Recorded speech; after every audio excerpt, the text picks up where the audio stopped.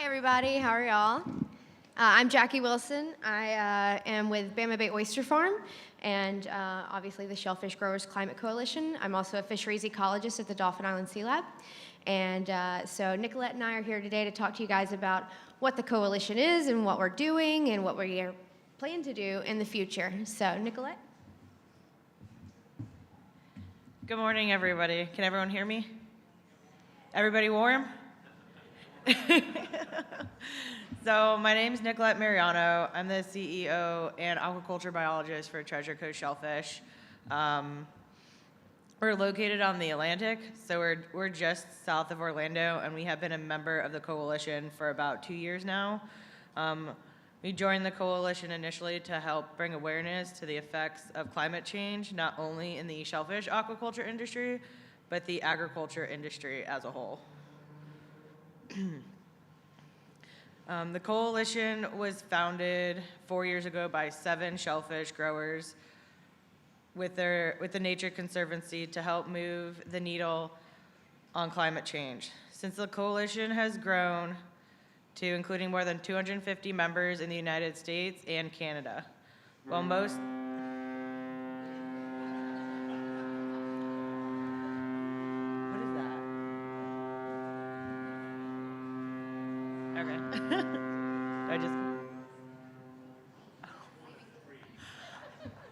I thought it was the microphone. I thought it was my cell phone too close to the mic. Well, while most of our members are shellfish growers, we also represent hatcheries, restaurants, wholesaler, gear manufacturers, and other shellfish businesses who are committed to climate action and advocacy. I know many of you are already members of the coalition. Can we get a raise of hands who are already members? If you're not, I would recommend joining. I mean, of course, it's free, so that's always good. No, but seriously, I started Treasure Coast Shellfish by myself. I was born and raised in South Florida. I grew up on the Indian River Lagoon, which is the most biodiverse estuary in North America. It covers 1/3 of the east coast of Florida, and I'm in my early 30s. I've seen the devastation of that waterway. I mean, the lack of seagrass, I'm sure many of you have already seen. We are now dedicating funds to be feeding manatees lettuce. And we are all very busy. So what has been very grateful with the coalition is because I don't have the time or the mental capacity to figure out state and federal policies on my own while running an oyster farm. So the coalition has aided in that, not only for me, but as the industry as a whole.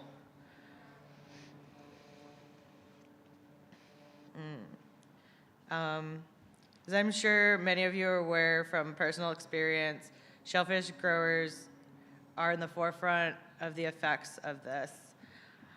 What has been great is this past year, Hannah Packman with the coalition has reached out and has gotten us in. We worked together and worked with the Orlando Sentinel. This past year, 2022, has been extremely rough for all aquaculture and ag in general. It was a really hot year for us personally. It was great. We got seed. We got a lot of seed this year and early. Except they stayed in 6 mil bags for 6 to 7 months. The water was really hot in our area. It was clear. It got into the 90s. We didn't have food during the summer, and for South Florida, that is unheard of. And then what happened next was we got hit by hurricanes. So the pink arrow shows where our farm is located. So late August, we had a little bit of rain, and then in September, we got hit from the opposite side with Hurricane Ian. What was beneficial for us after a hot summer and the seed being stressed was we got some rain. The water temperatures finally went down into the 70s from the mid-90s, and then the oysters actually started to grow for the most part all at once. But with climate change and the effects of, it almost seems like clockwork, especially in South Florida, getting hit by storms. For growers, I know a lot of us We have to sometimes start over from the beginning, and it's getting really, really tough. These are some photos of my farm.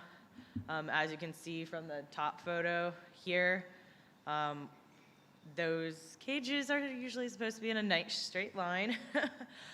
We had our shackle setup fail. As you can see here, someone else's lease pole went through the farm, and then that big gap, that's where 5 lines were before they broke off and started slamming into each other. I know some of you are going to be like, why didn't you sink the cages? I talked to fellow growers that have been affected and bombarded with previous year's storms, and they suggested, well, it's my call, right? But there's a pro and con to sinking your gear.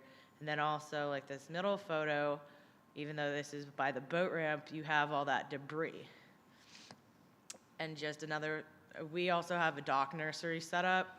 So on the other side of the sailboat would have been our entire nursery. So me, a couple of the owners of the property, we got in the water during Hurricane Nicole and actually pushed that off, because if not, our whole nursery setup would have been gone. And from this photo, you can see our nursery setup a bit. And I'm going to pass it over to Jack. Thank you. So, yeah. So what our vision is, and it's ever changing, but we're looking at we're hoping for a low carbon future. We're advocating for reduced greenhouse gas emissions. We're hoping to see a reduction by 50% by the year 2030. We're hoping to achieve net zero emissions by 2050. But most importantly, I mean, most of you know, things don't really move fast in Washington. So to help farmers now, we're hoping to help them become a little more resilient to climate change. You know, the plan is to establish a resource for farmers to be able to go to other farmers and say, hey, this is what I'm dealing with. Are you dealing with the same thing? Yes or no? And then help one another, you know, communicate and try to figure things out. But a lot of the things that people are dealing with, especially on like the Pacific Northwest, and I think Bill Mook mentioned in Maine, you're dealing with ocean acidification. On the Gulf Coast, maybe not so much acidification as hypoxia. My farm is on Mobile Bay, on the western shore of Mobile Bay, and I've lived there my entire life. I'm 34 years old, and we have never had a jubilee or a hypoxic event up until 2017, and now they happen almost daily between June and September, and oysters cannot grow there. A lot of the farms that are there on that bay, they've disappeared or they've moved to other locations, and it's an issue that's not going away. So advocating for, you know, policy change to kind of either mitigate it or help reduce it, or, you know, give some sort of incentive to the farmer to say, hey, we need help. So it's, I mean, everyone here knows shellfish, oysters, their habitat is so crucial to the economic, ecologic, and cultural heritage of coastal communities. And so that's why we feel like, you know, we as farmers should tell the globe, tell policymakers that we need help.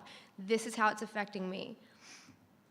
So this is actually, if you can see here, that is fresh water in Mobile Bay coming out of the Five Rivers Delta, the brown. That is freshwater influx from a rain event that happened in Tennessee and North Alabama. We didn't get a drop of that rain, but it is flowing through Mobile Bay. And it's, as one of my colleagues called it, the harbinger of doom. Thank goodness the velocity of the water was strong enough that it actually did not mix in where our farm was. It kind of stayed in that ship channel and moved on out, but that's not typical.